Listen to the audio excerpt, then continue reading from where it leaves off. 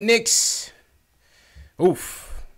Just when you thought you saw their worst performance, this one might have trumped it all. Knicks get washed in LA 128 to 107. I don't know if it was a Fortnite marathon that they had going on last night or stuffed on In-N-Out Burger or skateboarding at Venice Beach, but they just didn't come to play, man. So we're going to break it all down for you. CP from the KnicksFanTV. My man Alex Wolf, after a long hiatus, returns to the Sunday tilt. Al, what's good, bro? Where you been, man? How's everything going, Al? What's going on, man? I've been good, There hasn't been that many Sunday games, at least no ones I can make it to, you know what I'm saying? Like, right, and this is probably the worst one to bring you back on, but glad to have you back either way, man.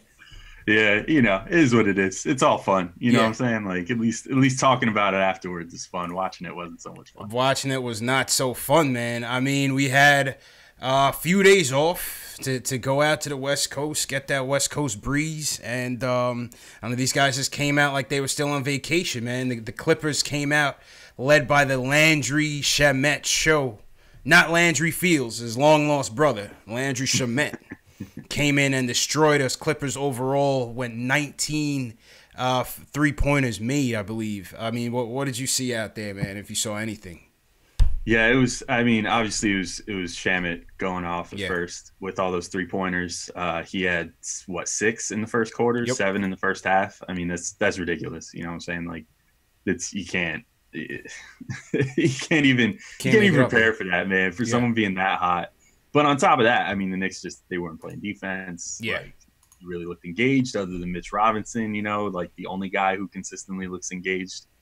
Trier put an okay game forward, I guess. Yeah. I haven't even really put that much thought into the box score for this one yet because I just feel like it's all insignificant by and large. Basically, But Trier kind of did his thing again. He had 16 points, 5 of 7 shooting. Mm-hmm. I mean, he's got to have a pretty solid streak now going of like 10 to 15 plus points with under 10 shots now for a while, which, I mean, that's pretty solid. His shooting percentage has been really good, man.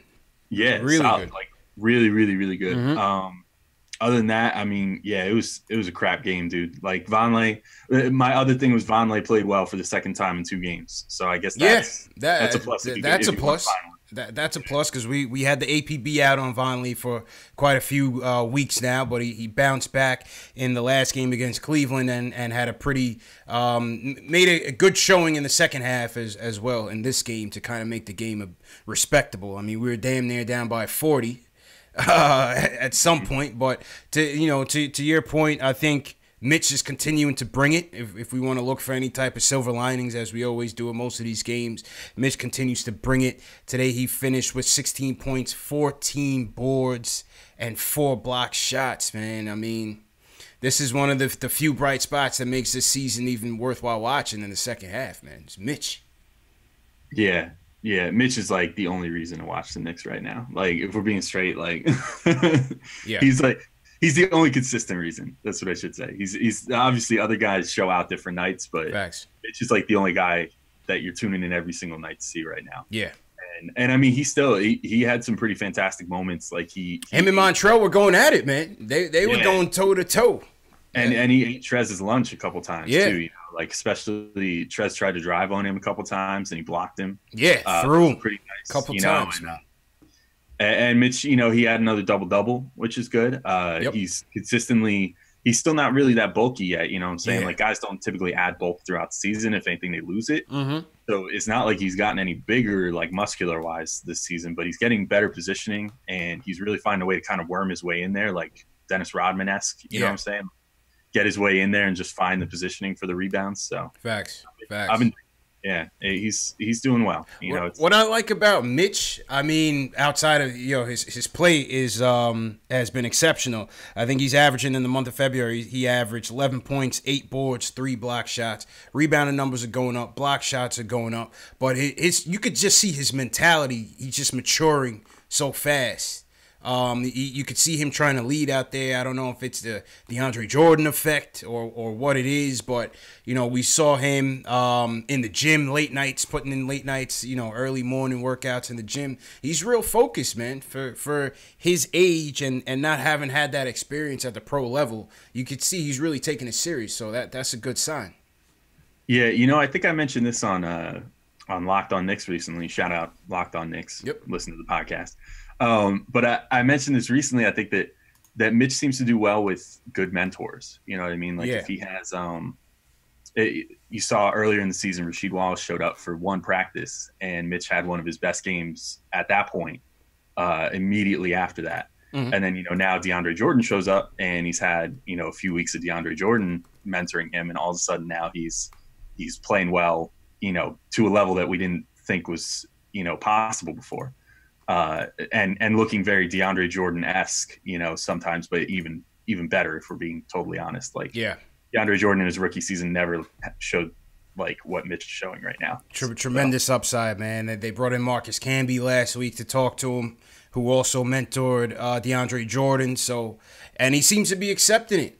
He's not coming in with the chip on the shoulder. He seems to be soaking it all in. So, like I said, man, one of the few bright spots in the second half as we wind out the season. I'm curious to see as the season progresses and as we move on with Mitch. Hopefully, we move on with Mitch. That's another story. But curious to see if he kind of steps out the paint a little bit, tries to develop a little bit of a little mid-range, a little jump hook or something. Did you see the shot chart that they put up on MSG today? Yeah, where he has literally every single shot that he's taken this year is in the paint. And mostly in the restricted area. And then he had one shot just outside of it, Yeah. I don't know, like, I've seen, like, the empty gym, videos of him shooting. Mm-hmm. It looks like he's got good form, but it's a pretty compact release. And it's close to his body, you know what I mean? Like, not that I can demonstrate that well on this, but it's right. It's coming from here. You know what I mean? He's not shooting from up here. Mm-hmm. So that worries me a little bit about him trying to get that off in game right now, because to be a guy at his height facing guys that are at least as tall as him. I mean, if you're shooting from around your face, like, you definitely have more of a chance of getting blocked, or not getting that shot off with enough room than if you're above your head. So we'll see over time. I'd like to see him at least attempt like 2 or 3 3-pointers. Yeah, why not? Why not, man? Why not? Yeah, what do you have to lose? I mean, you're losing today's game by like 22 points or whatever, and at times you're down by like 40. So, like, what's the point of at least give him one shot at a pick and pop one time, just you can get it off in game. But yeah, I think I think actually if he would start busting that out now, he would at first see a ton of room right away because nobody would expect it. Nobody would even think that he could shoot it. But if he started making a couple, I'd start to worry a little bit about that release, with where he releases the ball from. But that's like, I'm thinking way too far into the future with him right now. Hey, listen, it's good to think about, because that means he's showing a lot of potential, man. He's showing a lot of potential, so that's good. One of the things that wasn't so good, perimeter defense. The point guard play left a lot to be desired. Dennis Smith Jr. didn't have so great of a game. I mean, what's your overall take on DSJ in tonight's game and kind of going forward? Yeah, I mean, not a single guy on the Knicks could really defend the perimeter today. Yeah. So I'm not going to put that all on him.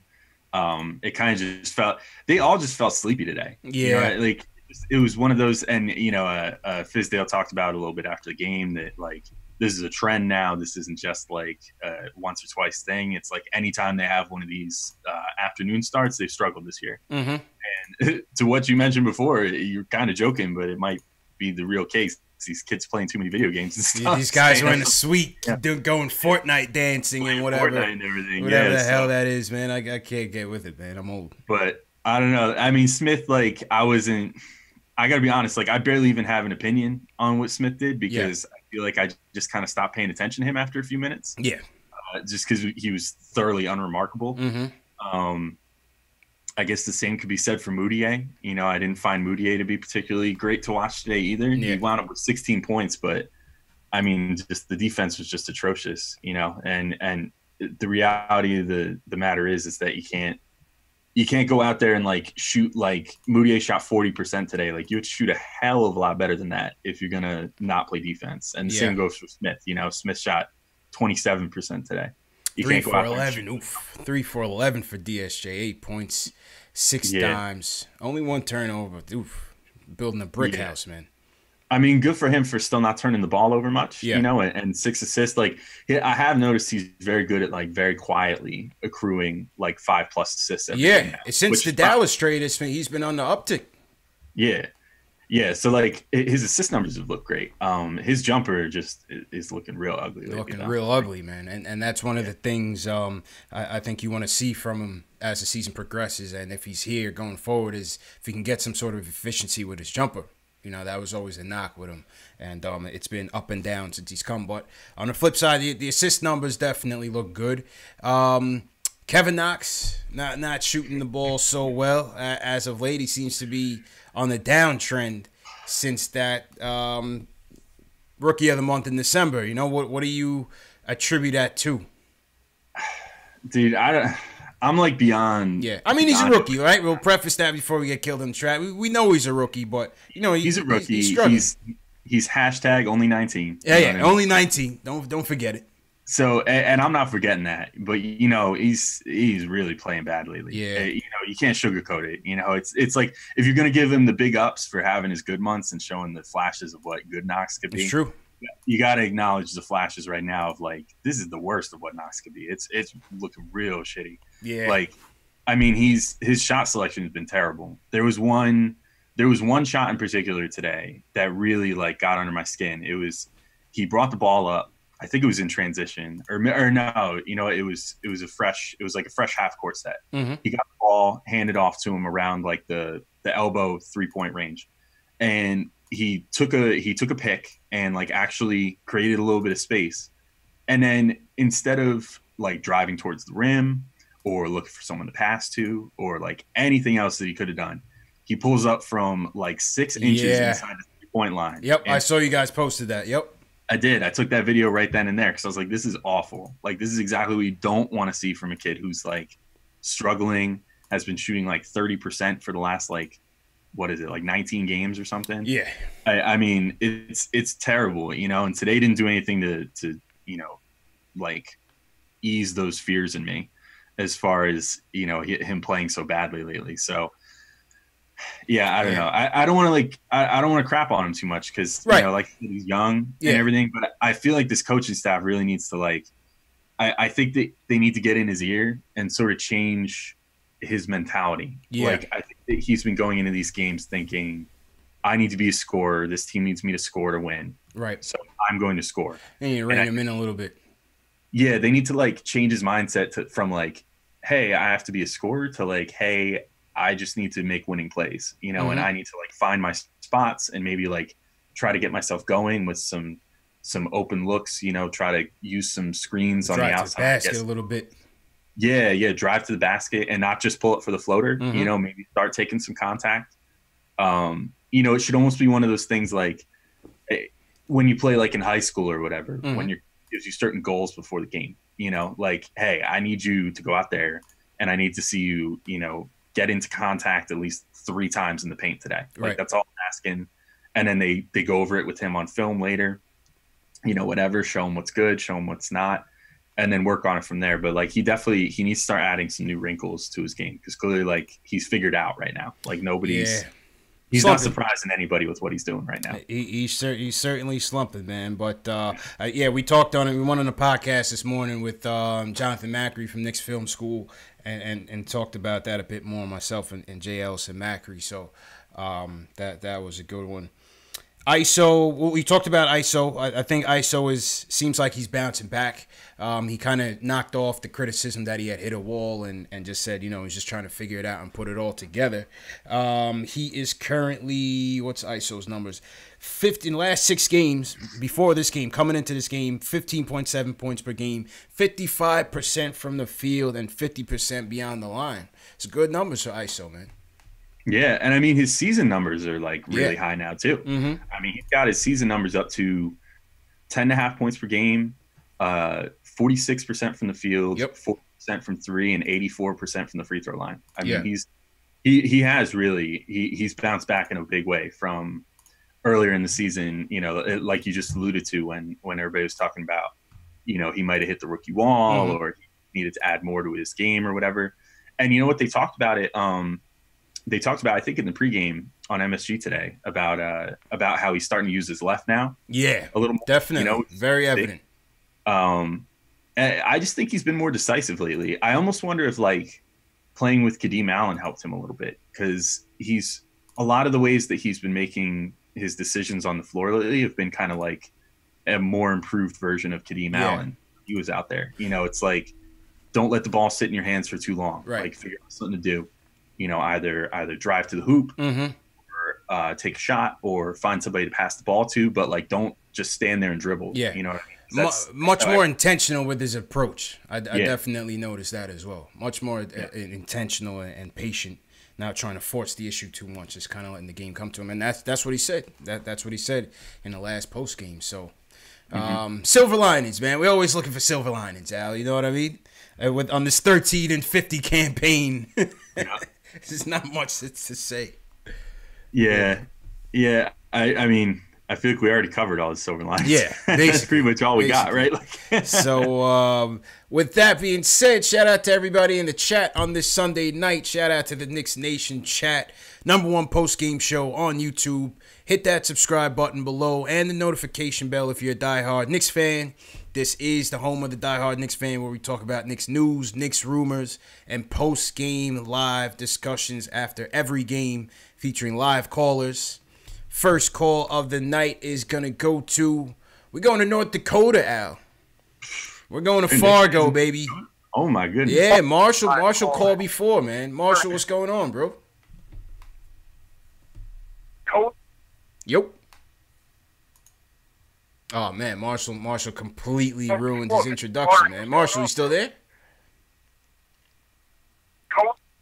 Yep. I don't know what happened to Marshall. He wasn't ready for his introduction, man. I tried to throw him the alley. I don't know. He got frostbite or something. Let's see. Gotta take some lessons from Mitch, Yeah. Yo, Marshall, can you hear us? Yeah, I'm here. Can you hear me? Yeah, good, man. I might be having a little issues with the phones, but go ahead. How's everything? Hello? Hello? Hello? Can you hear me? Yeah, loud and clear, bro. All right, perfect. All right. So I was listening to you guys' Sunday morning podcast about Kevin Knox and everything. So this is just my opinion and just my thoughts about it. We're in essence, we're basically getting Kevin Knox's freshman, sophomore, junior years of college right now. I think he just came into the league way too early. He should have stayed in Kentucky and developed more and got a little bit more out of his college experience, as far as shooting, defense, and his overall motor and everything like that. That's just my opinion. That's fair. That's fair. I mean, you could say that about a lot of one and done players. The NBA is kind of weird, like the whole. What's that? I said you could definitely argue that with a lot of these one and done players. You could argue that a lot of these guys might need a little bit more seasoning at the college level. That's fair. Right. And so I don't know if the Knicks are bringing in people just like they did with Mitch to mentor and give them some more, guidance and things of that nature. Has the Knicks ever thought about sending possibly Kevin Knox down to the G League, the farm system, letting him develop more, then bringing him back? I don't know if that's going to be a big thing or not, but I just don't see them putting the investment like they are in Mitch, you know what I mean? With all the mentors and, putting them around Marcus Camby and all those other guys. Well, they brought in Bernard. They gave him Bernard King. Okay. What do you think, Al? Specifically, ahead, if you recall, Fizdale specifically arranged for him to meet with Kevin Durant and with LeBron James too, if I recall. Yeah, and he's supposed to be working out with Paul George as well in the off season. So, So I mean, I'm still optimistic about Knox. I'm giving him the benefit of the doubt, and in essence, we were getting like the early years of Knox, where I think here within the next 1-2 years, we're going to see a better version of him. So I'm gonna hold off all opinions until then, and then make a solid choice when he gets a little bit more seasons. And then Mitch, it's himself. He's just going to become a star himself, just like kind of correct Kevin. What is his name? Timberwolves, Garnett. You know what I mean? Garnett came out of high school. He was just one of those phenoms that just kind of took the NBA by storm. So I think in a few years we're going to get our own version of Kevin Garnett in New York. You know what I mean? I wish if he could be half the my player. Opinion. That's how I see it. All right, appreciate it, Marshall. Hold it down over there in North Dakota, man. Man. Oh, no doubt. Yeah, man. All right, you guys take it easy. Later. You too. Yeah, man. That's my guy Marshall from North Dakota, man. We're worldwide out here, Alex. We're worldwide, man. Marshall is shooting for the stars, man. Yeah, right. Oh my goodness. I mean, that's one of the greatest players to ever play the game, man. Yeah. KG. If Mitch ever turned into KG, he's got a long way to go, but that would be nice. Yeah, that would be a nice guy for Mitch to get mentored by, but I also don't like Kevin Garnett very much. Yeah, he's an enemy of the state. He's an enemy of the state. We never got over that Honey Nut Cheerios comment. Nah, no Honey Nut Cheerios. Yeah, you know what I'm saying? He turned Mitch into like a super trash talker and make him very unlikable to everybody else around the league. I like Mitch as kind of like this little like meek dude who's just like chilling and like enjoying life right now. Yeah, he'll still put you on your ass though. Don't sleep on Mitch, man. Mitch no doubt. Like, I'm not saying meek like on the court, you know what I'm saying, but like his personality, like his interviews. And stuff. Yeah. Very mild mannered for right now. That's good. I like his like 3-word answers, to Rebecca Harlow and stuff like that. Like he just seems like he's still kind of like just living in the moment kind of thing. He's still living in the moment, man. Still innocent. He hasn't lost his innocence yet. Yeah, man. Shout out everybody in the chat on this Sunday night. Hit that thumbs up button for your boys. If you're still a Knicks fan after 13-50, you deserve some credit. Hit that thumbs up button for your boys. Shout out 730 Terrorista, Ricardo Custer, what's going on? Craig Williams, who I see whose Mark is in here. What up, Mark? Chris, what's going on? Shout out to you guys, man. Shout out to everybody in the chat. Let's go back to the phones. Let's see who we got here. Let's go to Jersey. Jamal from Jersey wants to talk about Kevin Knox and Mitch. Jamal, what's going on? What's going on, fellas? How y'all doing? Chill, man. Doing good. How you doing? I'm all right. Real quick, great show earlier today with the Knicks wall thing. I enjoyed it. But with Macri, yeah, appreciate it, man. No problem. I want to talk about Kevin Knox. Maybe I'm a weirdo, but I'm really not worried about him. Yeah, I'm not worried. Personally, I'm not worried. I'm just pointing out the observation. You can't. It's hard to miss that he's building a brick house out there. But I'm still patient for sure. I think physically he needs to get stronger, which he will. Mm-hmm. I think he definitely suffering from sporadic to bad point guard play. Like he's not getting no help in those regards in that department. Mm-hmm. And if you look at the better games that he played this year, he's been active on the boards. Even like 2 or 3 games ago, Fizz had him bringing the ball up the court, was running some high action where he just controlling and touching the ball more. He goes a long stretch without being involved or waiting in the corners. I think he got to find out more lineups where Kevin Knox could be more active. And not out there with ISO Zoe and one of our 3 trillion guards that ain't doing nothing much or doing nothing to help anybody else get better out there. Yeah.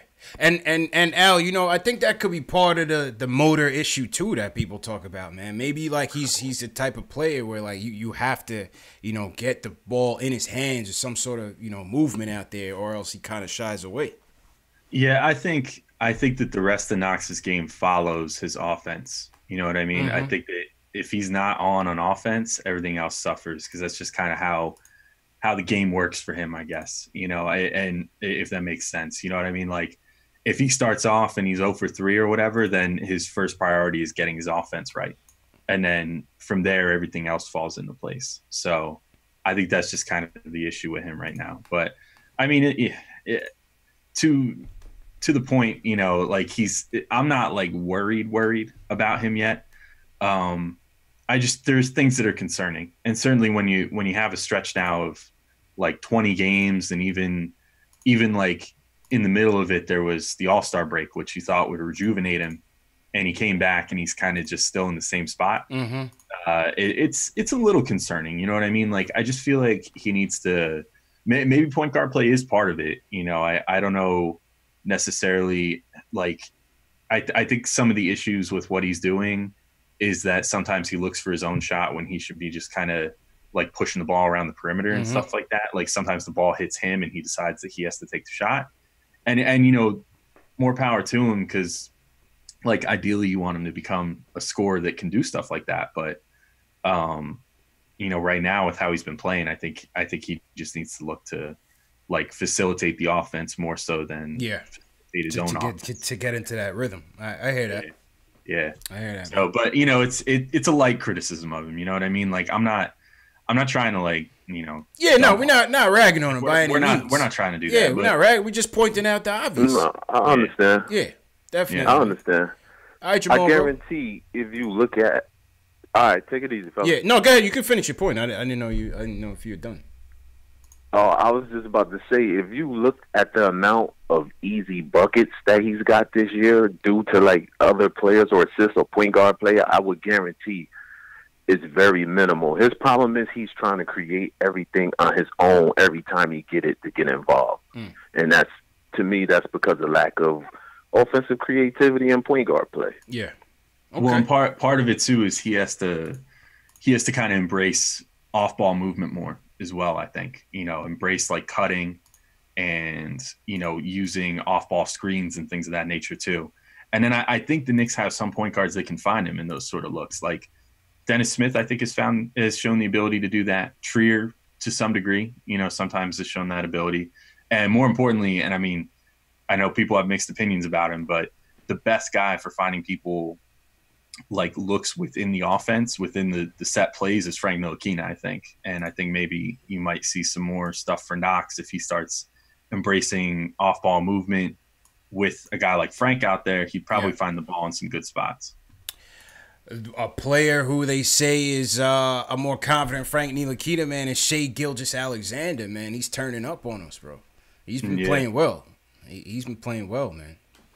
Yeah, SGA had a good game. I was pretty impressed with him. Yeah. I mean, I was pretty impressed with a bunch of guys on the Clippers, obviously. Like, when you route a team like that, number of guys. I think Montrezl Harrell definitely stepped his game up. He definitely stepped his game up. Harrell had like such a weird up and down game because he would go from getting like totally annihilated by Mitch to throwing down a hammer dunk or whatever. It just seemed like every time he would like have something happen.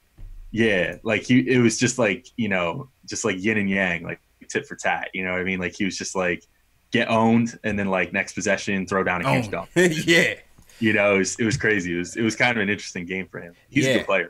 Montrez, he stepped up. Danilo, always got love for Danilo, man. He never said too much. Yeah, I like Gallinari. I'm happy that he's kind of found his place in the league because.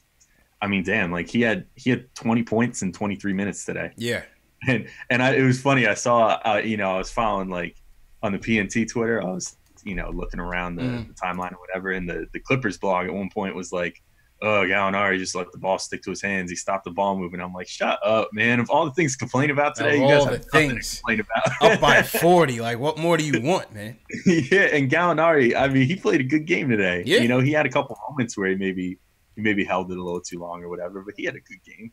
I thought he had a really solid game. I mean, Danilo definitely had a good game, man.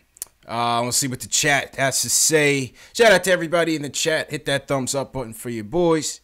Hit that subscribe button as well. Share these videos, man. If you know any other Knicks fans that haven't seen this show, haven't called in, haven't joined the chat, definitely share this with your fellow Knicks fans.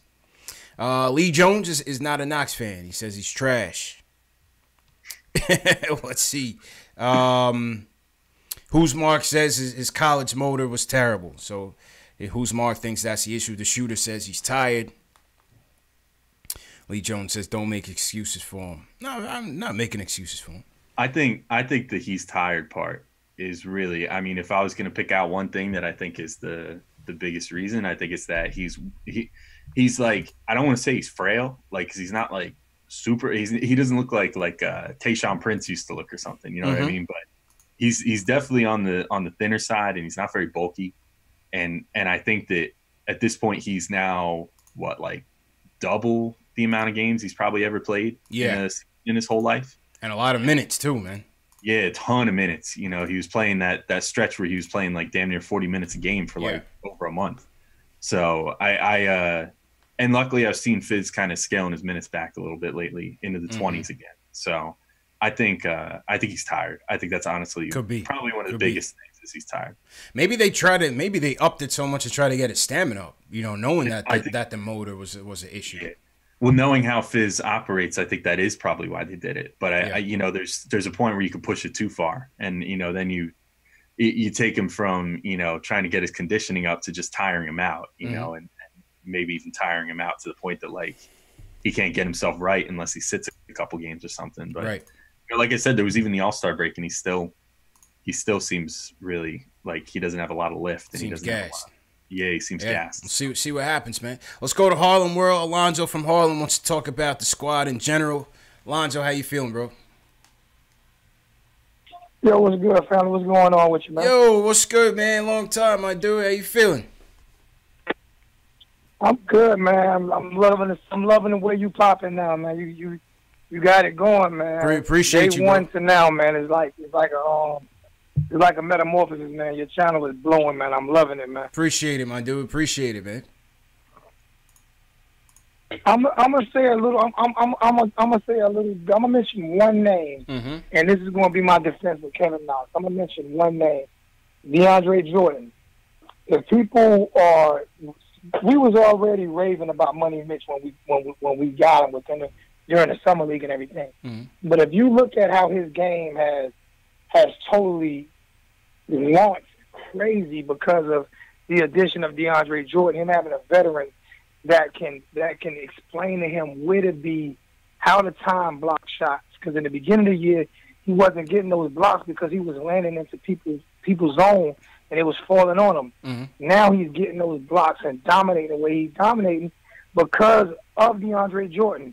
Kevin Knox doesn't have that. He doesn't have that type of veteran there to teach him how to get to open spots. What you mean, man? He's got Lance Thomas, man. Lance could teach you some things, man. Lance could get him in his spots, man. You have confidence in Lance, Lonzo? I mean, what I'm saying is, you kind of low. I can barely hear you. Come back. No, I said you don't have confidence in Lance, bro. Come on, man. No. I don't have confidence in Lance. Lance averages 2 points a game his whole career. So no, I have zero confidence in Lance Thomas to do anything, teach anybody anything offensively. He's a Swiss Army knife without a couple pieces. So he doesn't have that. DeAndre Jordan was an all-star. You know, he was considered one of the best centers in the league at one time. So, I mean, he knows how to really play, how to affect the game in that way. And if you look at it, Money Mitch is not like shooting jump shots and, you know, scoring outside the paint and everything. He's playing the exact same way DeAndre Jordan plays. Yeah. So if Kevin Knox is going to play the exact same way that Lance plays, if he teaches how to play like him, you're really going to be disappointed. Nah, I hear you, man. You know what I'm saying? Then you're going to become, he's a bust. You see what I'm saying? Yeah. So I mean, he doesn't have that veteran guy that guy that can show him how to get in certain spots to score or do this and do that. And the other caller made perfect sense. He hasn't had consistent point guard play all season long. And I love Dennis Smith Jr., but he's not a pure point. So you don't have consistent point guard play all year long. You don't have the veteran there to teach you what spots to get to, where to shoot from, how to get there. You know what I'm saying? Or how to get separation. You don't have none of that, and he's still a 19-year-old kid. So he's basically learning with some coaching on his own. And that's not a recipe for success. It's possible. Appreciate the call, Alonzo. Al, who do you want to mentor, man? You want to bring Melo back? What's Melo doing? I think I made a point on Locked On Knicks about recently that I'd be cool with Melo, like mentoring Knox a little bit in the offseason. I don't know if I necessarily need him on this team. I don't think I need him on a roster.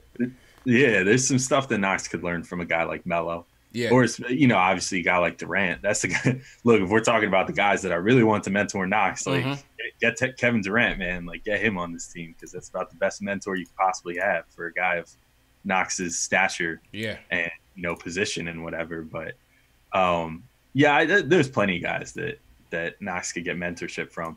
And it's a good point that really there's no other like small forwards on the team. It's like Knox, and then it's Lance, and Lance is even Mario. You want him to learn from Mario? I guess Mario, but even like Mario and Lance have been used as small ball fours all year. Yeah, because they can't really hang as threes anymore. True. So I guess like Knox really doesn't have a great veteran presence that plays the way that he does to teach him how to play better as the way that he does. But I don't know.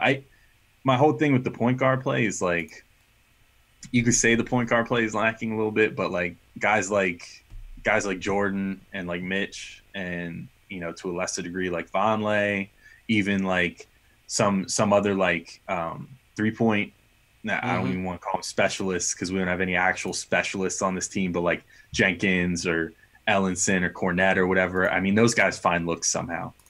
It's just because they have a certain role and they play it, and you got to kind of hit it from the basic angles first. And I don't know if Knox really plays anything at that basic level. He's always trying to do the more advanced stuff and the the solo scoring and that sort of thing. So, well, we'll see, man. We'll see. Yeah. It could be. I don't think there's any wrong hypothesis here with what's going on with Kevin Knox. I think, some people say motor. I see people in the chat saying motor. So others say, it could be point guard play. We'll see. Time will tell, man. Time will tell. Okay, let's go back to the phones. Raw Hebrew Remnant joins us. He wants to talk about the overall development of the team.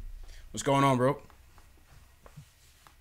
What's up, fellas? I did hear the audio with Macri today. That was awesome, man. I'm glad for you and Jay Ellis. You guys blowing up. I knew you guys were going to bubble. I'm glad to see it, man. Appreciate it, man. You've been supporting since day one, man. So thanks a lot. Yeah, man. I'm always here, man, because you all are real for real on the Knicks tip, and I that's like for good or for bad. You there, and I've been there from like I said, I was a Knicks fan from the first, not the first championship, the second championship. I was been a Knicks fan. I was like 11 years old at that time. Okay. And I've been a Knicks. The only time I left was when they let Clyde go to Cleveland. I was so mad. I became a Boston fan for a little bit, but then when Boston drafted, they traded JoJo White, and I went back to the Knicks. And at that time, also, the Knicks got Bernard King from Golden State, and I was all in, and I was like back, and I wasn't leaving after that. But I've been through hell and high water with this team, and I have to say I am very, very excited about our team. I know the record's bad, and I know a lot of the younger cats don't remember all of these things, but, I mean, Mitch is a game changer, man. I mean, this dude, he's really going to be the deal. And I hope they don't trade him for AD. Yeah, I'm not saying AD, 25 years old, top 5 player. I get it. But this is a guy we drafted that's our guy. And to have a guy come through our system like that is a change. That's very rare in Knicks land. That's very rare. So that's number one. Number two, I'm excited to see him with Frank because Frank is our best perimeter defender. Say what you want about his offense. I believe his offense will come in time. People are just too impatient in New York. But if you let this kid, right now he's our best perimeter defender. If you give him and Mitch some time together with both of them healthy and they get to run a little bit for like 10 games, I think you're going to see something with just them two. Also, one more thing with regard to Knox, y'all need to chill a little bit, man. I was looking at Giannis Antetokounmpo's stats. He came in 2013. His first year, he played 25 minutes a game, averaged 7 points a game. Okay, this is his first year. His second year, he played 31 minutes a game and averaged about 12. And this is about what Knox is doing now. Knox, you can look at him. He's a very gangly teenager. He's not even completely coordinated yet. And the way these guys are drafted today as 18 and 19-year-olds, if you notice, like, look at D'Angelo Russell. all of a sudden, his fourth year, because this is when he would, in the past, he would normally be coming into the league. Now he's blowing up. Mm-hmm. You got to give Kevin Knox that time. I think I'm looking at him like a superstar in the making. We just got to be really patient and let him grow into his body and let him develop. I would just be treating him with kid gloves right now, like we were kind of treating Porzingis before he, shitted on us. But I'm just saying we should treat Knox like that because going forward, we got a stud in this kid. I just want us to be patient with him because don't worry about what he's doing now. I think he's going to be like next year. He'll be able to move off the ball. We'll have more players, and he'll up his points a little bit, maybe 15 a game. By that third year, you're going to be glad. We're going to be glad we got him, man. You're going to be glad we got him. Okay. I appreciate the call, man. Good call, bro. So that's the OG, Al. To his point on Mitch and the AD trade, Al, we haven't spoken in a while, but what's your stance on it in terms of what's going on in the summer?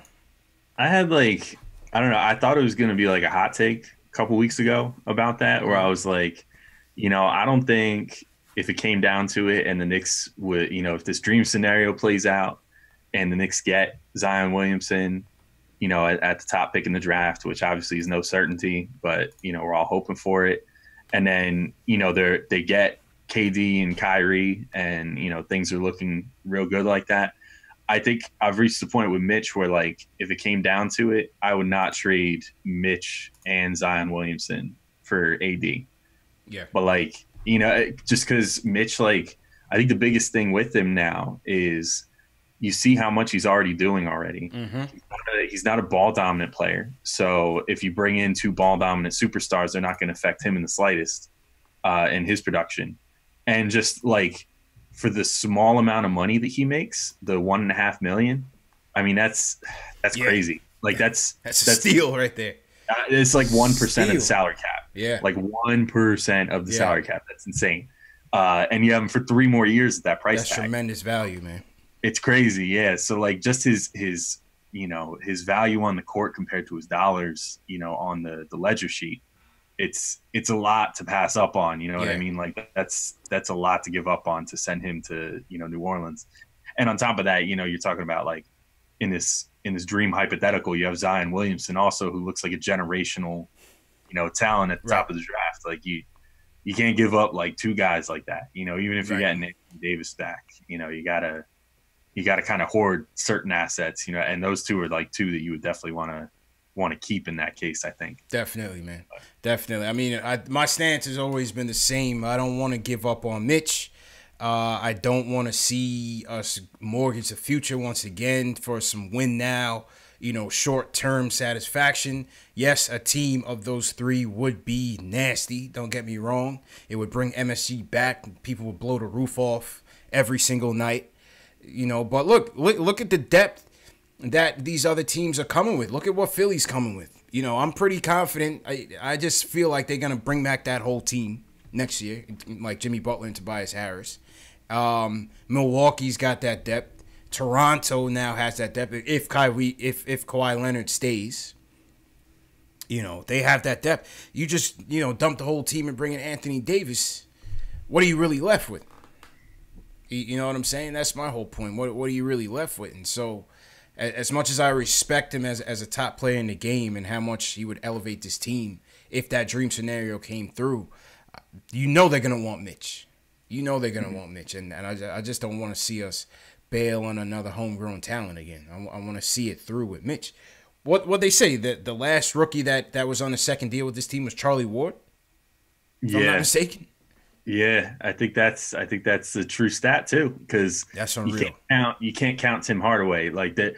Talking the Knicks, saw his whole rookie deal through and then signed to another contract. Yeah, it was Charlie Ward. It's been a long time. I don't want to see that, man. I don't want to see that. We had the front office eye, Spencer from Front Office Eye, on with us last Saturday. That was our first draft breakdown. And he broke down. He told me to shout him out on here, so I'll say hi to Spencer. All right, yeah, shout out Spencer. Shout out Spencer. He did a good job. If you guys in the chat haven't seen our draft breakdown, check the menu at the top right-hand side of your screen. I always put all the latest videos, all the latest fan polls and stuff up there, so definitely check it out if you guys missed it. But shout out to Spencer. Al, have you been tuning into the college scene? Or are you looking at other guys outside of the Zion phenomenon?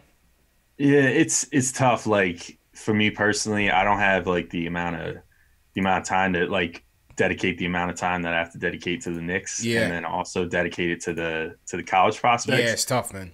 Like I've watched some Duke. Like Zion's obviously crazy. RJ Barrett, like from what I've seen, definitely like has potential to be a really good player. But there's definitely some trouble signs there for me. Like I think he's a little too score first sometimes. One game in particular, and I mean, I think it was game plan wise, but that first loss that they had to Gonzaga was really ugly from him.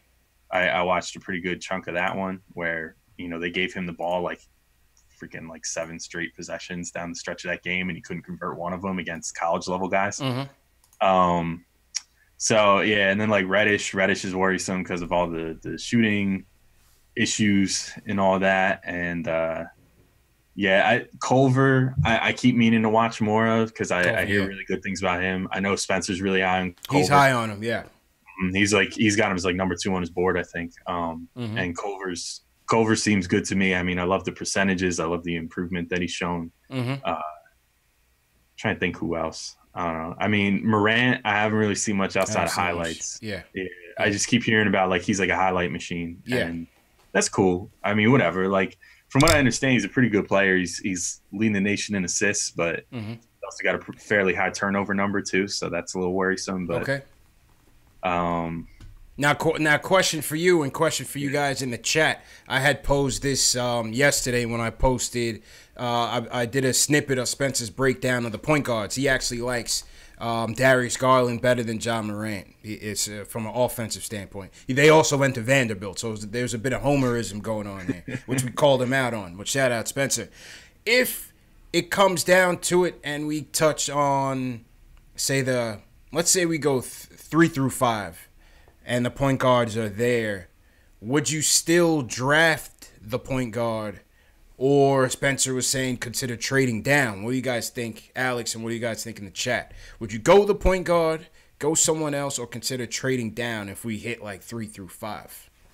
I mean, I guess it depends on how high you are on the guys that are at the spot that you're at, right? So that's like the one thing. So let's say you're pick 3. I mean, then you figure probably Zion and let's say Barrett have gone already. Right. So then are you that high on Culver that you're like, okay, he's can't miss at 3?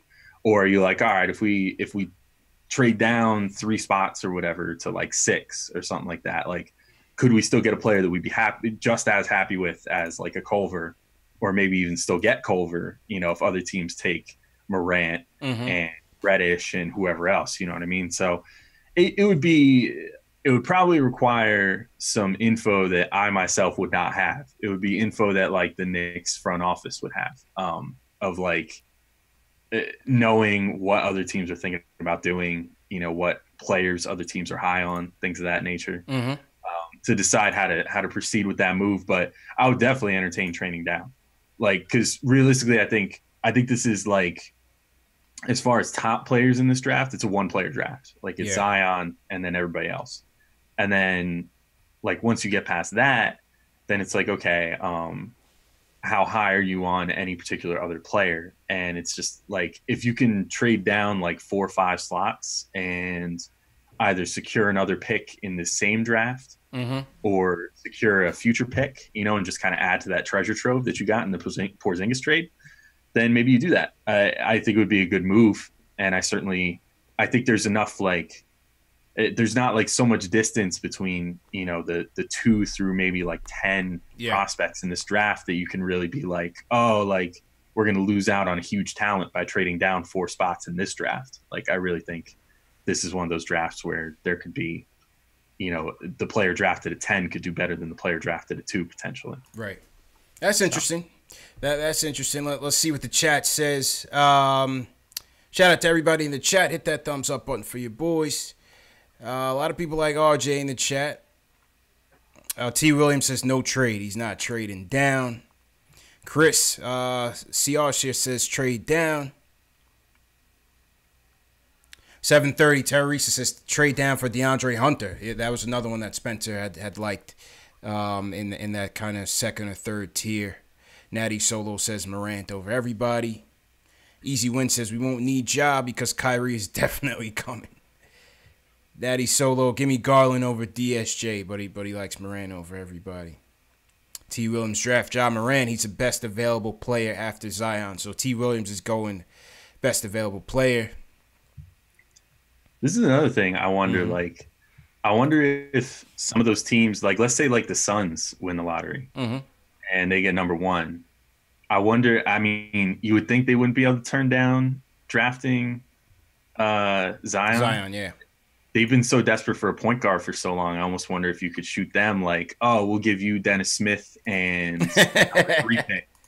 And they might be like, oh, well, we could take. You get John Morant at that spot.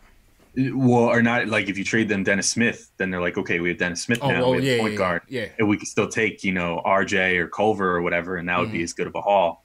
Maybe they'd be stupid enough to do that. No, I can't see. I mean, the Suns, it's amazing how terrible they are. But it also just goes to show you that a young team alone, just because you have the top prospects, it's not going to get it. It's not going to cut it. You still need that balance. Yeah, when you need to scout well and draft well and everything else. I mean, you look at like they got Ayton there putting up all kinds of numbers or whatever, double doubles and crap. Right. But they had Doncic at number one, and they literally hired Doncic's coach from the EuroLeague. Like I don't know what was going on in their brains last draft, but facts. Yeah, I don't know. Yeah, they've got a scouting problem over there. They've had how many top 5 picks, and they've come away with what? Like Dragan Bender, Marquise Chris, Alex Len. How about that one? Alex Len. Josh Jackson, who's playing a little better, but isn't really that good right now. They could have had so many other guys. Right players, man. It's not an exact science. Man. No, let's go to the phones. Let's go to Dion from Park City. He wants to talk about Coach Fizz, and he wants to keep DSJ. Dion, how you feeling, man? What's your thoughts on this draft question that we just talked about? As far as the draft process, I'm not even worried because we got Ninja P, like you call him, man. That's Jay Ellis. Jay Ellis calls Scott Perry Ninja P. Yo, for real, man. I love that dude. He moves in silence, man.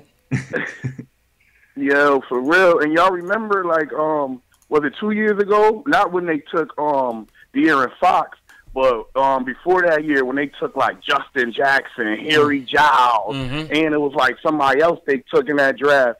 That's what really made me start looking at him. Like, I was like, yo, who is that behind the scenes making this move? Yo, he killed that. I think that was the same draft. That was De'Aaron Fox. The same draft. Yep. Same draft. That was De'Aaron Fox with Harry Giles and Justin Jackson. All of them came out. Yeah, all 3 of them. Yeah. Yeah, man. Yeah, well, that night, man, he killed it. Like, you know what I'm saying? It was straight robbery that night. So, but yeah, man. Another thing too, though, like, if we get RJ, I'm all right because RJ seemed like he a lock to be a good pro. Like, you know what I'm saying? I feel like I'm not so down on the prospect of RJ Barrett as a lot of people are, man. I see a killer instinct in this kid. I just feel like he's gonna have a good career at the next level, man. Everybody has flaws, man. I can't get too into this guy doesn't do this, he doesn't do this. He's in college. I'm not expecting him to do everything. Yeah, man. Yo, RJ got an NBA game. Straight plain and simple. His game is a straight NBA game. Like, he's the new 2 guard in the league. He's better than DeRozan already, like, offensively. Got the same problems. You know what I'm saying? Can't shoot. He's gonna be a problem. Yeah. I like his aggressiveness. I like that he stays aggressive. I get the shot selection. I get the defensive woes. I get that he doesn't move the ball that much, but I wouldn't be mad at it at the 2 pick. Yeah, you gotta wonder. Yeah, man. I would like RJ out there, man. He looked like he got that New York State of mind. Yeah, man. Go get it. Al, what were you saying? I was gonna say, you got to wonder how much of that is coached into him too. You know, like by Coach K, like the fact that he takes so many shots or whatever. Because even when they have interviews with like Zion Williamson after the game, he's always talking about like, oh, this is RJ's team, blah blah blah. Like maybe that's just coached into him. I don't know. Maybe that's why he plays how he does on that team. Right. Yeah. A lot of those dudes, though, you give them the green light, they don't always take it, man. If you give him the green light, it look like he gonna go for it. But yeah, man. Another thing too, though, I want everybody to give some love to Coach Fizz, man. When we was on them little couple game winning streaks, and you know what I mean, in a lot of close games, everybody was saying, giving a lot of praise to a lot of different things. Money Mitch, that's my dude. He be rocking. But nobody ain't say nothing about Coach Fizz, how he got them boys running through a wall for him, man. I love that. That's fair. That's fair, Al. I mean, Fizz is certainly deserves some criticism. But listen, the players the players play hard for him. The kids love him. You've seen ups and downs. You've seen some ups from a lot of players. Whether it's Vonleh had his moments, Moutier's had his moments, Mitch has had his moments, Iso's had his moments, even Knox has had his moments. So, they seem to be playing hard for him. Yeah. And that's just a tribute to him coming in every day, like, and them believing in what he's doing, like, because man. Once you start losing, man, you see a lot of dudes quit, man. I haven't seen none of these young dudes quit yet. And then with the rotations he got set in place, like, I know you talking about it on a previous show. When you out there with like Trier, Mitch Robinson, that whole second unit, them boys having fun when they playing together. I love watching them play, man. I don't even care about free agency like that. Like, I love watching this young team play. I want to see where they could go with a couple new pieces. Yeah, we'll see, man. Al, what's your take on it? As far as like Fizz getting a couple more pieces on the team? Yeah. Yeah, I mean, I definitely think that, like, the stuff with Fizdale, I think, has been exaggerated maybe a little bit. Some of his, like, late-game coaching decisions and stuff. Because I think that he's not prioritizing necessarily winning every game, you know what I mean? Like, he's definitely you can see by how he coaches the end of certain games that he doesn't really care who's out there if it's going to result in the win. He just wants to see people in certain situations. The London game stuck out to me with that, like. He didn't care. He just left Timmy out there. He left a lot of his weaker defenders out there, and had Mitch and Frank on the bench, if I remember correctly. Yeah, exactly. So I mean, there's definitely, like, he shows some bright spots. I think the biggest thing that I like with Fizz so far is that he's great at getting the players to buy in to whatever he's doing, and I think that'll be valuable if this team has a lot of turnover going into next year. And a lot of new faces and stuff, like, that's going to be a valuable skill, is that he'll be able to get this team together quicker than, most coaches, hopefully. True indeed. As far as, like, his play calling and stuff, I mean, there's definitely he's still figuring it out, I think. But you also have to consider, like, I brought this up a number of times, different places over the season, but, like, you got to consider that he's coaching a bunch of kids, you know what I mean? So he's probably trying to keep things pretty simple, for them, and that, I think, results in some, less than inspiring plays sometimes that he draws up after timeouts and stuff. Granted, some of them have just legit been pretty bad, but I think he's even shown some growth in that area throughout the season. So.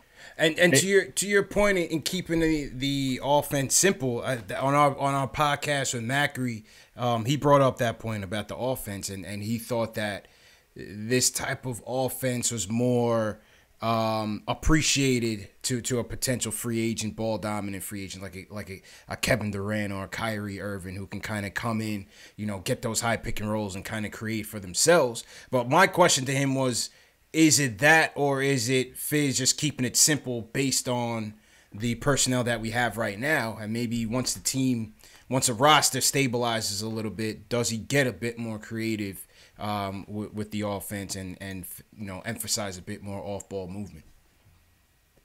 Yeah, I think the answer is probably somewhere in the middle, like it usually is. I think it's a little bit of both. You know what I mean? Yeah. Like, it's part that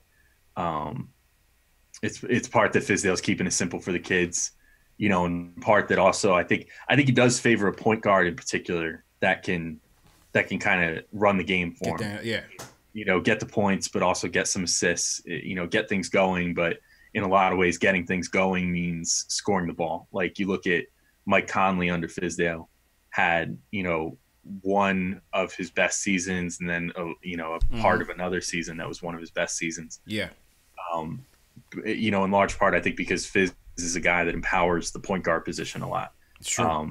And uses the point guard as a means to running everything else, which obviously is what you want to do. But with Fizdale more so than other coaches, I think he relies on the point guard to really set the tone. True and the indeed. Knicks, and the Knicks for most of this year have not had a point guard that's really far above average. Certainly like average to slightly above average at best on certain nights, and that's about it. So. Yeah, no, I agree. And speaking of point guards, man, I think his confidence in Moutier is pretty evident. I think, people are still asking, how do you still have confidence in Moutier? But I get the feeling that they're really entertaining, Moutier is kind of like a backup plan going forward here, man. What do you think? I don't know. The price tag is kind of pricey, but I don't know how pricey it's even going to be, if we're being honest. The only way that I think that the price will go up on Moutier is if a team like the Suns or the Magic, something like that, a team that needs a point guard. Well, the Magic don't even need him anymore because now they got Fultz. So yeah, there goes another potential Moutier suitor. But, if a team like the Suns use whatever cap space they have, try to make a run at him and, offer him a little above what they think would be willing to pay, that's about the only way I see him getting overpaid. I think realistically what's probably going to happen if the pipe dream is actually going to come true, they're going to have to renounce him. Right. Because his cap hold is really, really high as a lottery pick. But I don't know. I don't know how to feel about it because the way that I look at Moutier, and I wish that the Knicks would, and Fizdale in particular, would seem more like they're looking at it this way, is if you already have Dennis Smith Jr. under contract for another 2 years after this one on a rookie deal, who's basically a better version of what Moutier gives you, then why are you going to bring Moutier back? Right. He's not giving you anything that Dennis Smith can't give you, but better. So that's kind of the way I look at him. I hope he's not part of the plan. And I mean that in the best way possible. I really hope he's not part of the plan. I feel good for him, for having sort of pulled his career back together this year, and for Fizdale for having sort of fixed him or whatever. But I don't really want him on the team past this year. Yeah, I think I'm good, man. I think I'm good on that. The last player, when we were talking about player buy-in, DeAndre Jordan. So I guess the buyout period has now passed, and we did not buy out DeAndre Jordan. The media asked him, what his situation was. He said he likes it here. He said he saw no reason to request one, and it seems like he's bought in with Fizz, and he's bought into that mentorship role. So that's kind of interesting. You figured DeAndre Jordan could have basically landed on and played some meaningful basketball in the second season, but it seems like he was content with sticking it out here. Yeah. Based off his personality, he kind of seems like the anti-Cantor in terms of every way, man. In every way. He's a few years older, obviously, so there's that to consider, and he's made a lot more money in his career and stuff like that. So he's not so much playing for his next contract. Yeah. But I think that Jordan probably understands that, it's not like if he got traded somewhere, if he got bought out or whatever, that he's losing bird rights or something. So that didn't worry him, first off. So he was like, whatever, I'll just stick it out here. And then secondly, I think he knows teams have the book on him. If someone wants to sign him to a big money deal this offseason, they're gonna. There's nothing holding them back. Right. You know what I mean? They already know exactly what he could bring to the team. And in the meantime, I think maybe he's kind of enjoying maybe just for once having a zero pressure situation where he can just kind of mentor, a young player and help some guys out. It seems like he likes Fizdale in the locker room and stuff. So, I mean, it was nice to see. I'm glad. Yeah. I'm glad he didn't get bought out and re-sign somewhere else, because I actually really like him. And yeah, I like him. As we've already said, and as some of the callers have already said, I mean, his impact on Mitch Robinson is pretty great. Yeah. I mean, if he's willing to take about 5 times less than what he's making right now. Yeah, certainly. Come on back. I mean, you got to consider, this is, again, this is reaching and starting to look at things that aren't, materializing yet, but he's really good friends with Kevin Durant. So maybe he just wants to stick around here and then eventually sign a deal in the offseason. Yeah. But who knows? It's not like the Knicks are going to be able to offer him like more money based off of, having rights or anything to him. That's right. So he's going to have to take a fairly significant pay cut, but maybe he wants to ride it out here and just kind of be the first guy to welcome Durant in with open arms. I don't know. True indeed, man. But yeah, DeAndre's definitely been a good presence here so far, no doubt about it. Before we get back to the phones, once again, shout out to everybody in the chat. This is Knicks Postgame Live, #1 postgame show on YouTube for the fans, by the fans. Make sure you guys are hitting that subscribe button. I'm vastly approaching 10,000 subscribers. Hit that subscribe button below. Some of you guys watch every day and still haven't hit that subscribe button. Maybe you don't know how. Just hit subscribe. If you know any Knicks fans, you share these videos. This is the best way to promote the channel. That's why I always ask you to hit that thumbs up. I always ask you to subscribe and I always ask you to share, because clearly the more people we get in here, the more we get on the phones, the better the show is. It's all about the fan opinion and what you guys have to say. But also, for those of you in the tri-state area, on Friday, March 15th, that's in 2 weeks.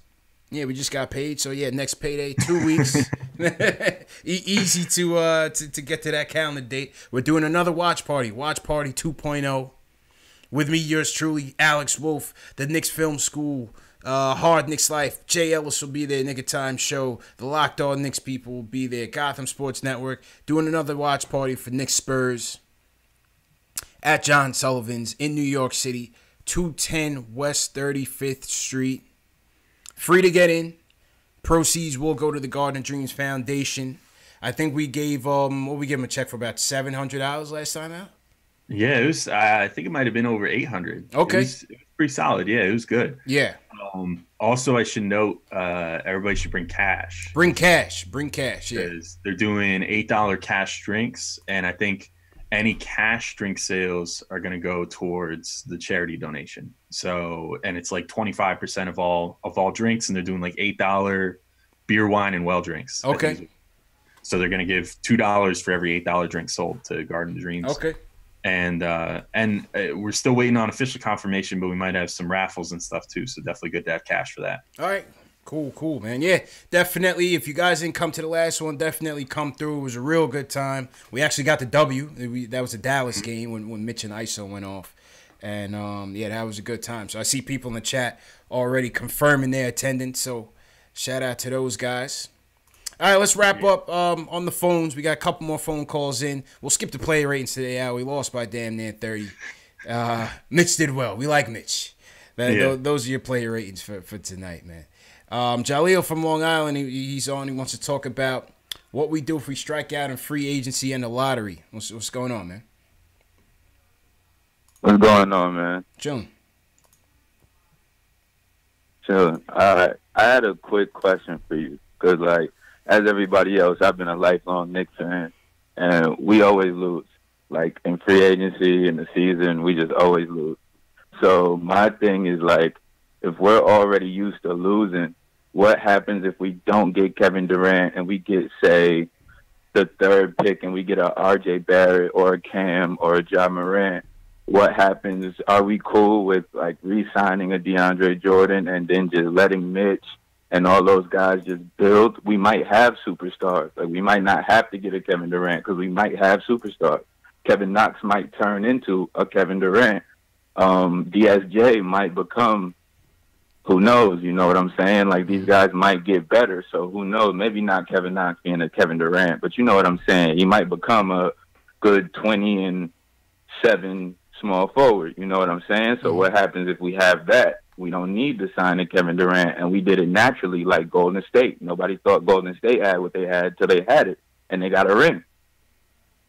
Al, what's your backup plan, man? So I think you go one of two routes, or maybe a combo of both. If you strike out on the big free agents, obviously that's the plan. chase these big free agents, see if you can sign, some of the best players in the league, Durant, whatever.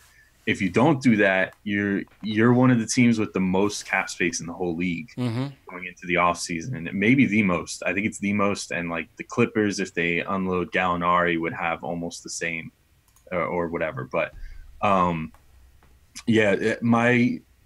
idea for a backup plan would be one, using that cap space to take on some big 1-year deals that are in their last year, such as a Gallinari or something like that, to help other teams create space. If you know for sure that no other players are coming to your team, use your cap space and collect more assets that way, be it a young player or two or some draft picks or whatever you can get. Just rent out that cap space for a year.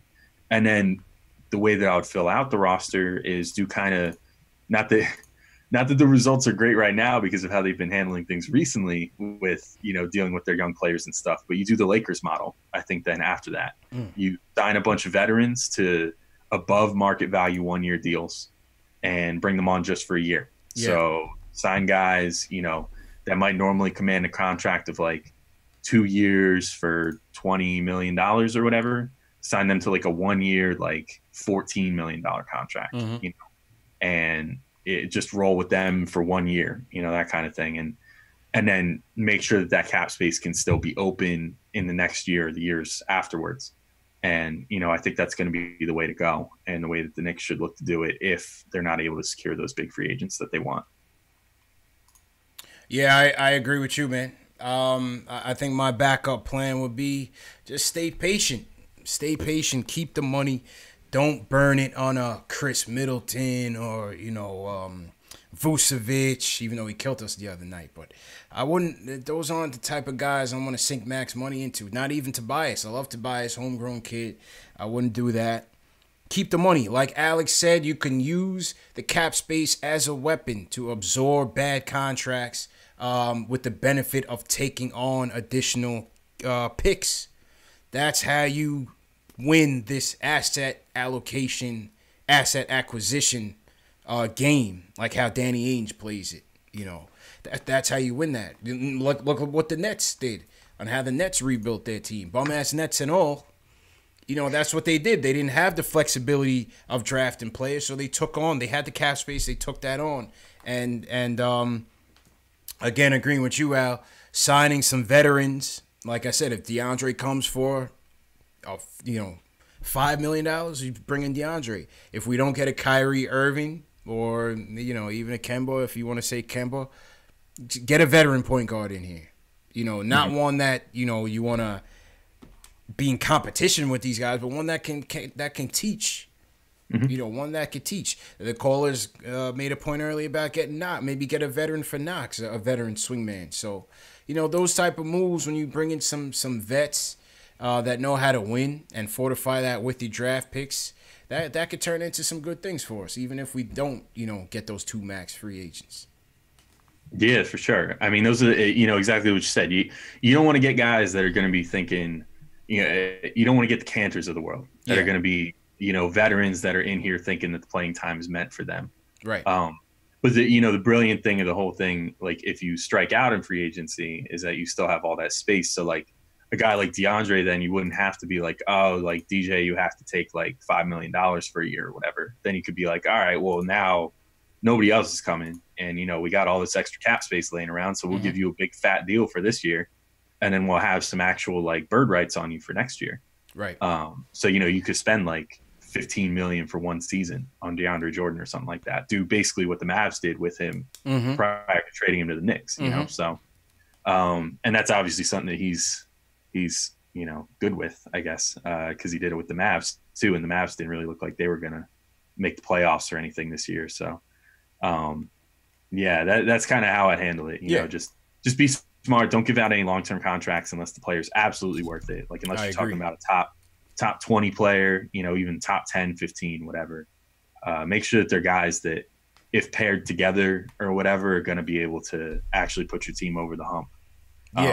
Rather than just, stranding yourself as like a 5 seed, or something like that. Because we've been there before. That's not the best existence in the whole world. Not at all, man. Not at all. Shout out to everybody in the chat once again. Omar, what's going on? Omar says most likely we're getting at least one top free agent, so Omar's confident there.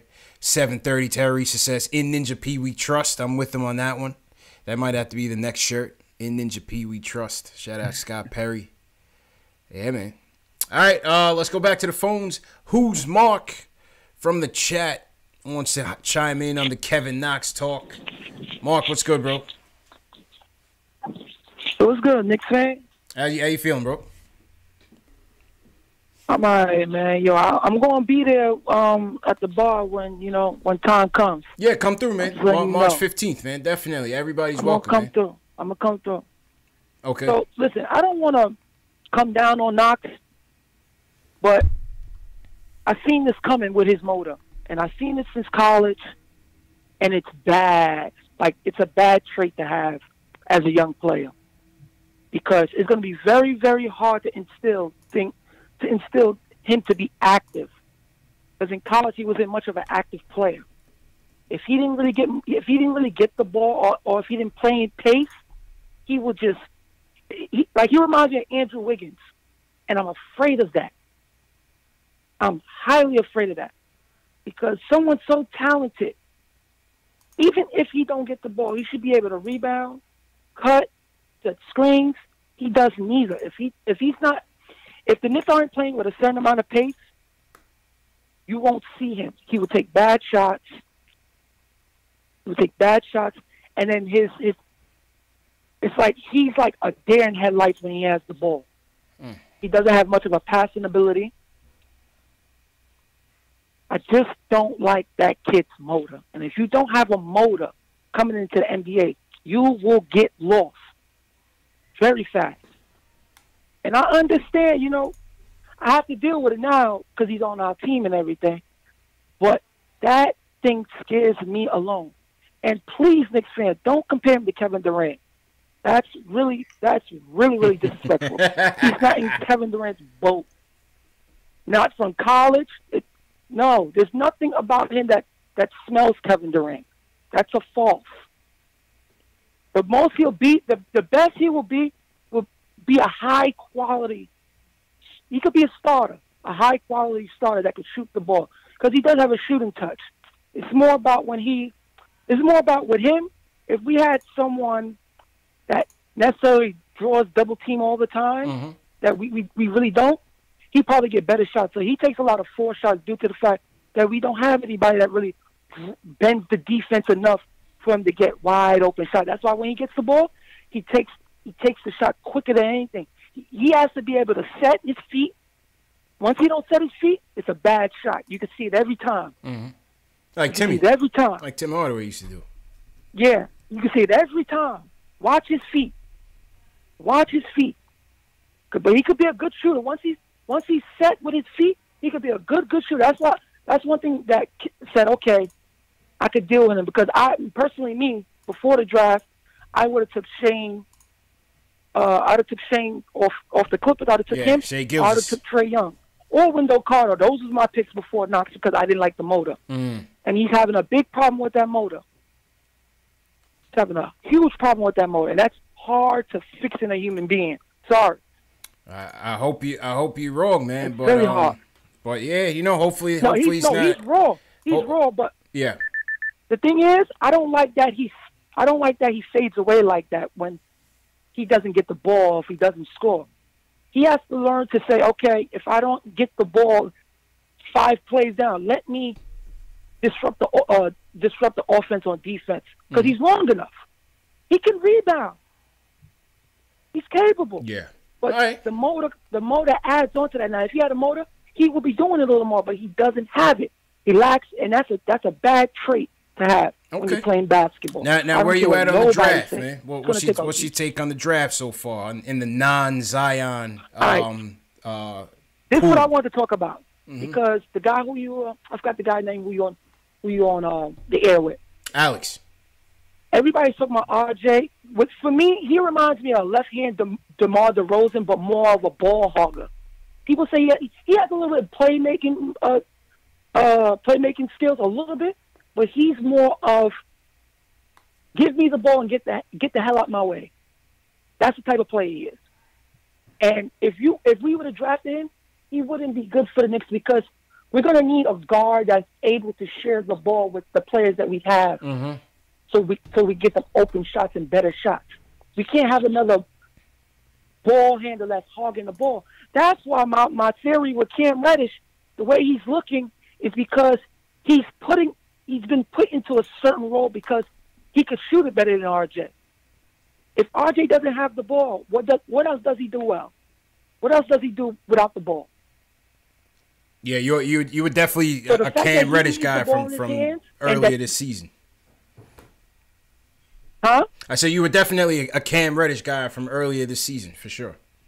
To me, I think he has a better skill set, but he's not going to be able to show it because he's playing with RJ, and RJ needs the ball to be effective.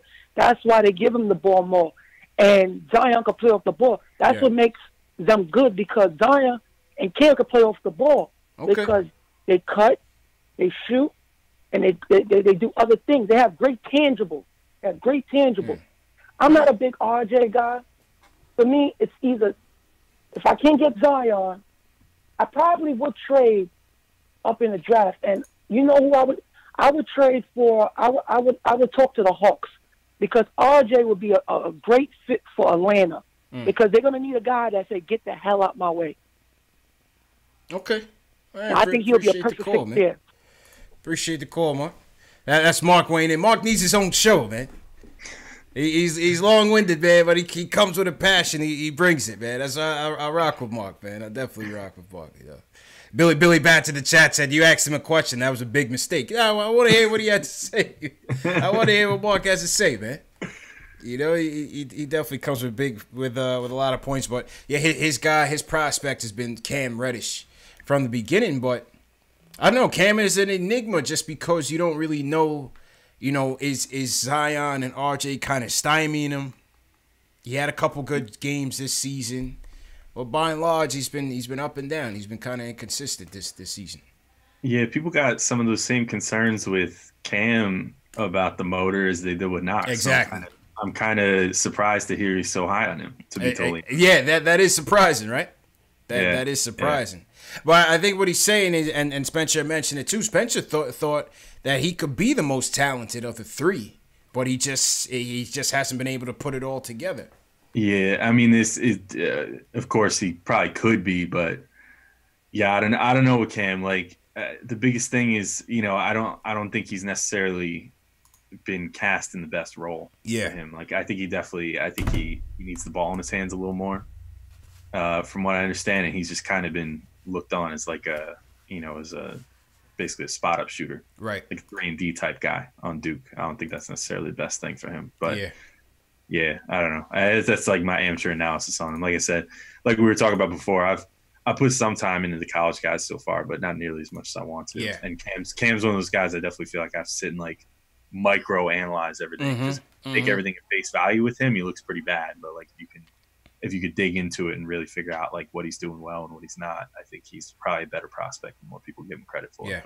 Time will tell, man. Time will tell. But like I said, we had Spencer on our draft prospect show last week. If you guys missed the show, definitely check it out in the menu at the top hand right. And we'll have Spencer on later on after the lottery. We'll be breaking it down probably after the tournament as well, because, you know, stocks rise and fall after the tournament.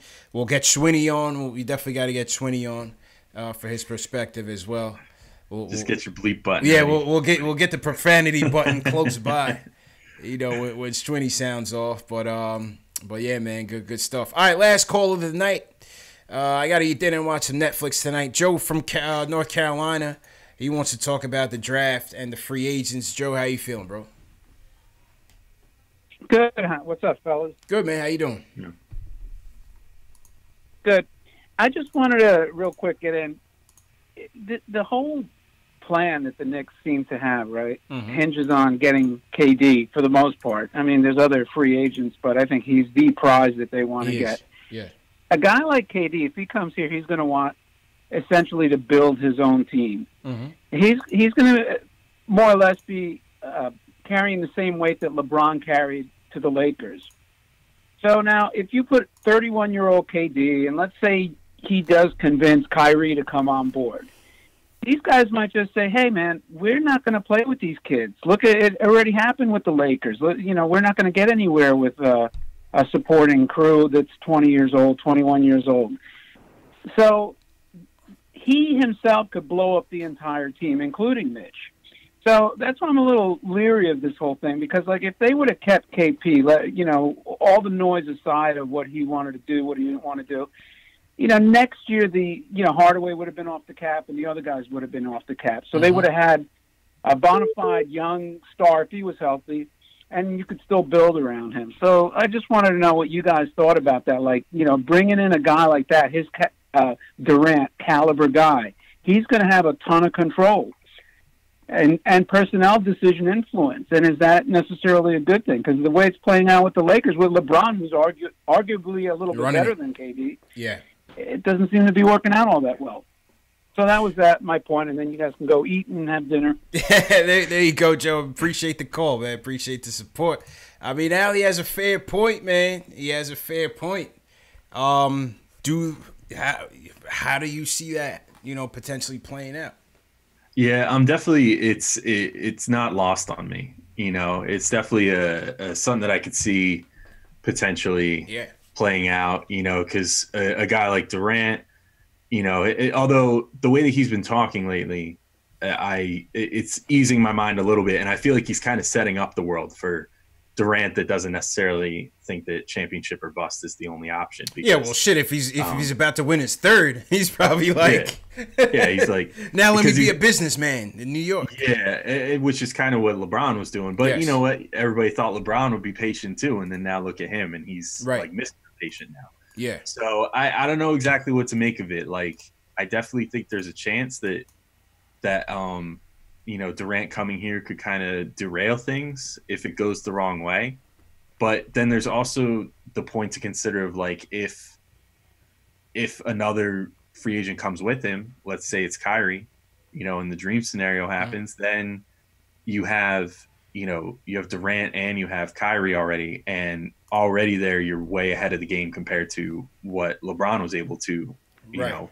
But do you see the windows? Because I continue to say that the windows aren't really aligned with the young core that we have, and then bringing in two max players. I hope, I guess, would be the way to put it. I don't know what necessarily to think, like, definitively, but I hope that the Knicks front office would look to strike some sort of balance there, because I actually don't think there's anything wrong with trading a couple of the young players in order to, you know, bolster up and make a run for a championship or something, if that's something you really think you can do. But I think there's a good balance to be struck there. Like, you don't want to give up every single young player on the roster. Exactly. Because you have to leave yourself some future flexibility. Now, thankfully, also, they still have all their own draft picks going forward and a couple of Dallas draft picks going forward too. Right. So that helps things along too. Like, you know that over the next, whatever it is, 6 years or whatever, or 5 years, whenever that last pick conveys, they're going to have draft assets that whole time. Yeah. So that's good to know too. So if you trade some young players for a more established player now, you're not necessarily killing yourself later on. Right. You're not completely emptying the bank. Yeah, and you don't even necessarily have to go after someone like Anthony Davis, who's like cream of the crop. You know, if you already have a Durant and an Irving or something like that, then maybe you just trade some of these guys for like a not quite like a tertiary star. I was saying Bradley Beal. Yeah, I was saying Bradley Beal. I brought up his name already too. You know, obviously Washington's not going to have too much to play for the next year and change. Yeah, Wall gets healed up. So they might want to take on a couple young players just to try and kind of bolster their team a little bit, which with how capped out they are going to have very limited options over the next couple of years. So yeah, that could be someone to go after. There's just so much at stake here, man. So much that can change things. What is KD's motivation if he does want to come here? What would his motivation want to be to come here? You know, if he did come here, is he trying to bring a second guy out? You would think so, right? A Kyrie. Then, you're looking at Kyrie's situation in Boston. Every day, every loss, it just gets, more murky, that whole situation there. And, Boston's trying to get in the AD sweepstakes. Do they try to trade for AD and then sign Kyrie? I mean, AD and Kyrie can almost shape this whole off season together. You know, so I don't know, man. But we'll have a lot of time to talk about it. We talk about it every day since the team is 13-50. But yeah, man. As the world turns, Knicks edition, man. You know what I'm saying, Al? Every day, it's just a new adventure. Absolutely, man. So on that note, let's close it out. Al, you know the deal, man. Promote your shows, tell them where you've been and where they can find you at. So you can find me on Posting and Toasting, SB Nation's Knicks blog. That's postingandtoasting.com, at PT Knicks blog. On Twitter, you can find me on Locked On Knicks, Daily New York Knicks podcast. That's at Locked On Knicks on Twitter.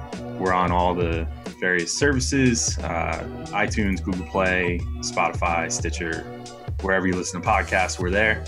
And if you feel like just listening to me personally, you can find me on Twitter at the Alex Wolf with an E. There you go, man. There you go. He says that's it. That's it. As he broadcasts the whole resume, man. But great show, Al, and thanks again for joining us, man. And to all you guys that joined us too, man. We had almost 300 people in the chat on this Knicks 128-107 loss to the LA Clippers. Replay of the show is in audio format, as you just saw. Spotify, Google Play, iTunes, Stitcher, and Alexa. If you have an Alexa, just say Alexa, play KnicksFanTV, and you'll hear the latest upload of the show in podcast format. Speaking of podcasts, check out the podcast that we did with Jonathan Macri this morning. I put it up in the show notes at the top hand right of the screen. Had a good conversation, me, myself, and Jonathan Macri. Just touched on the season and having a couple laughs as well. So you guys will definitely enjoy it. The draft episode, the replay of the draft episode with Spencer as well is up in the show menu. Merch, you guys want the merch? The Mitch Please t-shirts. Just made a new one for number 14. You know who he is. Hit the link in the video description to the merch. Got a lot of nice hoodies and t-shirts for you guys. Next guest next Saturday is gonna be Tommy Beer from Forbes magazine. He's gonna be joining us, probably breaking down some crazy random stat that you hadn't heard before, Al. So shout out Tommy Beer, and yeah, man, that's the story. I'll check you guys on the replay. The replay of this show should start up at about 10 p.m. and run throughout the night. So thanks again, everybody, for coming through. Thanks for everybody for calling. And we'll see you guys Wednesday, man. Knicks versus Kings post-game show. CP and Jay Ellis. Al, thanks again, man. Enjoy a productive week, man. Yeah, of course, man. Anytime. Yeah, just call me on. I wish there was more Sunday games so I could be here more. Yeah, man. You know what I'm saying? We need more matinees so I can bring back my tradition. Absolutely, man. But yeah, we'll definitely catch up again, and I'll check you guys, man.